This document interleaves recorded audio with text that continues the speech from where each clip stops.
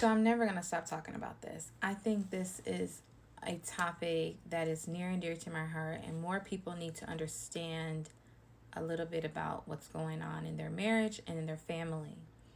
So, this is a little bit about my story. If you guys have been following my page, you know that one of my most viewed videos on TikTok is a video about how God healed me from a tumor. It was a prolactinoma tumor, prolactin producing tumor, and that is a hormone that is produced in your body, particularly when you are pregnant. It helps you produce milk for the baby after the baby is born, and it's supposed to shut off. Well, I was diagnosed with this tumor back in 2011, and it threw up my entire hormones and my entire body. And then the medication they gave me for it made me highly irritable, highly emotional. And so I got married in 2013.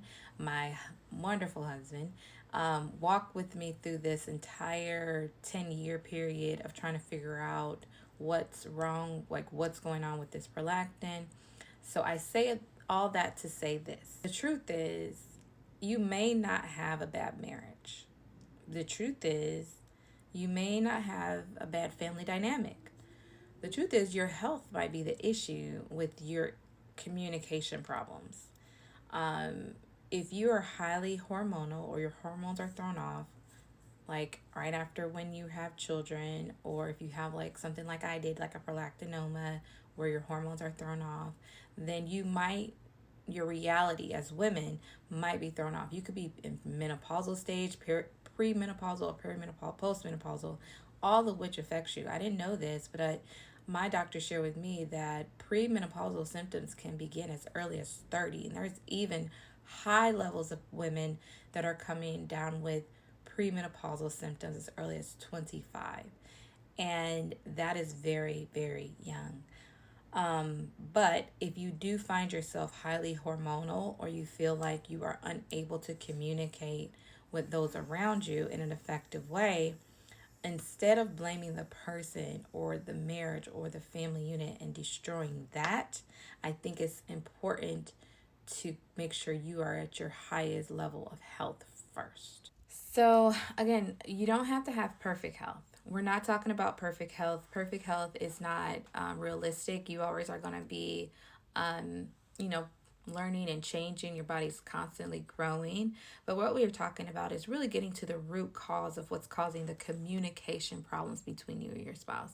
If communication problems are at the core and at the source of the problems between you and your spouse or in your family dynamic, you want to make sure everybody in the family is healthy in terms of their physical health. So is there medication being presented in the family that could be affecting how you communicate? Are your hormones off that could be affecting how you communicate?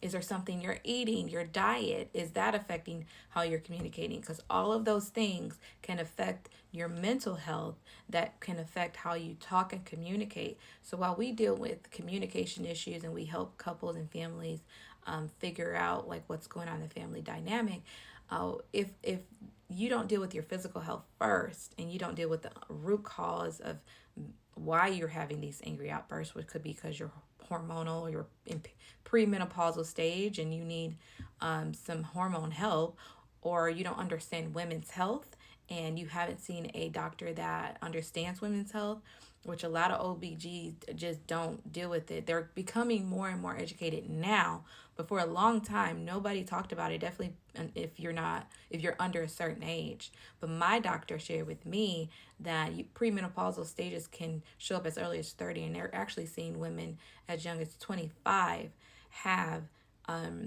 these issues come up. I could share some resources with you guys about that, but one of them I really love is MIDI Health. MIDI Health is a resource because they are doctors that understands women's health on the hormonal level, and that is what I believe is causing a lot of arguments and couples and family dynamics and children having anxiety and depression, because the mom and the dad are not addressing their physical health, and it's showing up in how they communicate. It is showing up in their stress management, lack of sleep. All of these things are going to affect your whole family dynamic. So make your physical health a priority.